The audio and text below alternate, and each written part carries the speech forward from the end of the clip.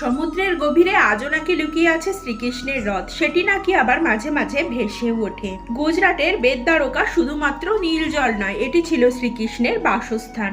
স্থানীয় জেলেরা বলে মধ্যরাতে সেখান থেকে অর্থাৎ সমুদ্রের গভীর থেকে শঙ্খধ্বনি শুনতে পাওয়া যায়, আর ঢেউ থেমে গেলে রথের ছায়া দেখা যায়। কথিত আছে শ্রীকৃষ্ণ মহাভারত যুদ্ধের পর তার রথ নিয়ে সেখানে ফিরে এসেছিলেন। তারপর সেই রথটি তার দেবশক্তি হারিয়ে সেখানে পুড়ে ছাই হয়ে যায় এবং সমুদ্রের গভীরে হারিয়ে যায়। স্থানীয় জেলেরা দাবি করেন সেখানে তাদের জালের সাথে উঠে আসে অনেক পাথরের জিনিসপত্র। তাদের ধারণা এখানে শ্রীকৃষ্ণ এখনো তার রথ পাহারা দিচ্ছেন, কারণ মধ্যরাতে ঢেউ থেমে গেলে শোনা যায় রথের আওয়াজ।